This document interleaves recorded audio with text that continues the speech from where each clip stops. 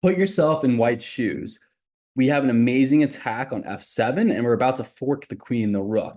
This is going to be a really easy win, so why not just take the pawn? And now he's got to retreat his queen. Queen moves over to c6, and we go ahead and win that rook. Sure, the queen might take that bishop back on c4, but we're still winning, and we'll be able to save this knight. Except our opponent takes on g2, and he's attacking the rook. The rook moves over to f1. Queen e4 is scary, but no big deal. Bishop back to e2, and we are just up an exchange here and a couple of pawns. Except in this position, our opponent plays knight to f3, and it's actually smothered mate, and we've just lost the game. Victory stolen from our clutches. Now, my name is Anthony Arena. I am a chess expert from Long Island, New York. And today we're going to go over the 7 chess traps that you absolutely must know so that you don't fall for tricks like this. And we can actually go ahead and win games this way. Let's get started. The first trap we're going to go over today is the Englund Gambit. In this situation, our opponent plays d4. We go ahead and try to sacrifice that pawn right away.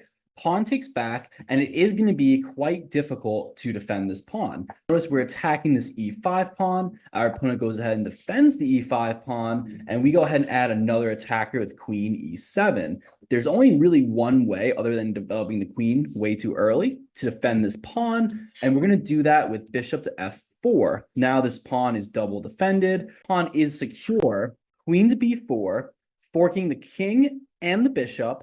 You have to retreat the bishop back to d2 in order to defend the bishop and defend the check. Here we have queen b2, and if our opponent makes a crucial mistake, bishop c3, we've already won the game. So let's look at this position. The bishop's attacking the queen.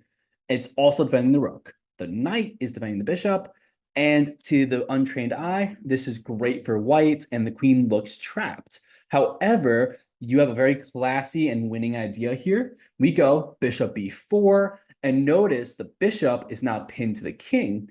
If bishop takes bishop, then queen takes rook, and we've won the exchange. If you go ahead and play queen to d2, bishop takes, queen takes, and in this situation, it looks like everything is fine. We'll trade off queens here, and our opponent has a slightly better center presence than us, and that should be winning. Except this is actually checkmate 8. Our opponent is punching the wall right now after queen to c1, and notice the king has no escape squares.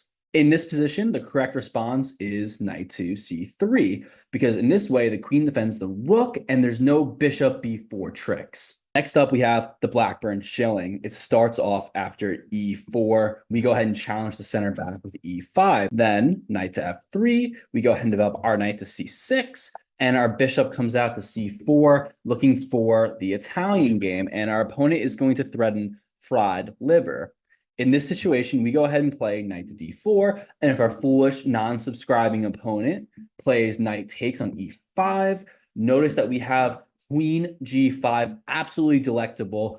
The queen is attacking the knight. It's also attacking g2. Our opponent can go ahead and fork the rook and the queen. Knows the bishop's defending the knight, and our opponent will almost certainly play this move, thinking that they have the upper hand, and they'll actually go ahead and win the exchange. We go ahead and play queen g2, and when the rook moves over, we have this absolutely tantalizing queen e4, checking the king. If the queen jumps in front, which is one of two options, the knight just takes the queen, and we've won the queen. What are you going to do about that? But if bishop to e2, we have this absolutely classy smothered mate idea.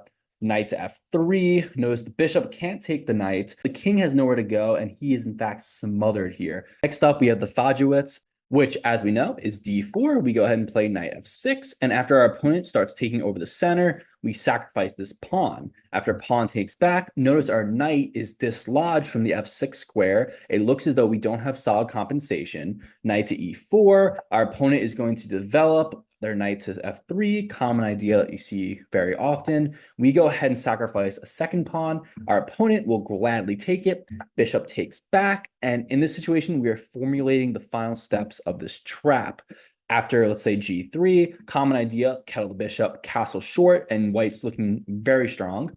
We go ahead and sacrifice the knight.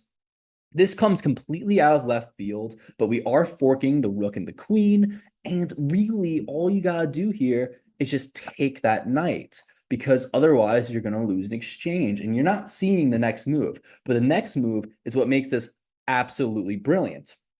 Let me know if you see it. Bishop G3, and notice we're checking the king, and the queen all by itself, all by its lonesome, has no defense here, and we're just going to scoop that up after king takes. Next up, we have the Siberian Attack. In this situation, our opponent plays e4, we play the Sicilian defense, and we get the Smith-Morra Gambit. Pawn takes, and the whole idea here is after we win the c3 pawn, our opponent develops his knight to c3. This is categorically the Smith-Morra Gambit because the knight is now developed and ready to get into the action. We're going to go ahead and continue our development as normal. Queen to c7 is a great square, and this is where you'll see your queen a lot in these types of Sicilian variations anyway.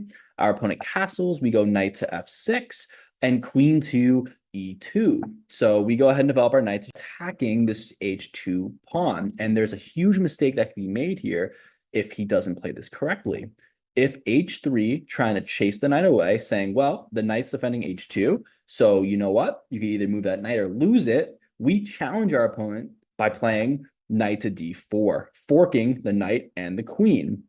Notice that you can't defend both pieces. If, let's say, h takes g, we win the queen, and if something like knight to d4, trying to eliminate the threats, queen h2, check and mate. Next up, we have the Rubinstein Trap. It comes here and the Queen's Gambit declines, and we're going to go ahead and pin the knight on f6. This is a common development idea. Our opponent is going to develop their knight to d7, and we're just going to continue our development as normal. Notice that we already have the c file pretty much under our control. We're going to go ahead and take on d5, and this is going to be a great position for us. After he takes and takes back, we're going to go ahead and develop our bishop to d3, creating a battering ram. Our opponent is going to play c6, and we're just going to go ahead and castle here. If our opponent plays knight to e4, forking the knight and the bishop, also discover attacking our bishop with his bishop and queen battering ram, we're going to move the bishop out of the way to f4. Notice that c7 is becoming a very nice attacking idea, because if he goes ahead and tries supporting the knight with f5, obviously if knight or bishop takes, there's going to be a really strong pawn chain in the center. We can actually sacrifice our knight, and if the pawn does take back, we smother the queen with c7, and notice the queen has nowhere to go and is forced to take the bishop back, losing this game on the spot. Hey guys, if you find this video useful, if you're enjoying these traps, if you don't want to get hit in these traps, go ahead, leave a comment, like the video, let the algorithm know that this is where you want to learn chess. Let's continue. Next up, we have Laskers Trap. This is a very nice attack against the Queen's Gambit declines. We go ahead and gambit our own pawn here in e5. If our opponent does take that pawn, we immediately strike our opponent by playing d4, not taking the pawn back.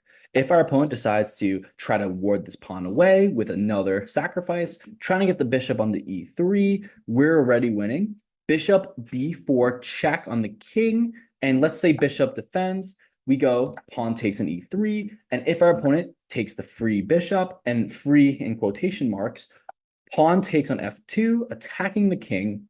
Notice that if our opponent does take this pawn here, the queen is hanging, so of course you can't do that. You instead are going to play king to e2. Here we're going to win the knight and promote and under-promoted that to a knight on g1, because we're going to be able to check the king. And after the rook takes here, we're going to have bishop g4, and that will win the game on the spot. This queen is lost, and our opponent has no compensation. Finally, guys, and my personal favorite trap, the legal trap. It's going to start here on an e4 opening, and we're going to go right into the Italian game. Common idea involves attacking the f7 square with aggression, not afraid to sacrifice pieces. Our opponent is going to play d6. This is common, knight to c3. And here we go ahead and try to chase the bishop away. If the bishop does go to h5, we have a winning idea on the spot. Check out knight to e5. In this situation, our opponent doesn't really have many options. The bishop here is hanging. And if the bishop does take the queen here, which is obviously hanging, it's a free queen, we go ahead and play bishop f7, checking the king. We can't take that bishop back because, of course, it's defended by the knight. So the king really has one choice, because also d7 is covered, king to e7. And here, knight to d5. Notice the king is completely out of squares, and this is checkmate, game over. You've just been legal trapped in 8 moves. All right, guys, that's it. Those are the 7 traps. You should definitely know them, because if you don't know them, you're getting hit with them. Go ahead and let me know in the comment section, which of these traps was your favorite? And if you like this video, definitely check out the video over here to the right. We will be going over the 10 fastest checkmates. Stay classy, my friends. Until next time.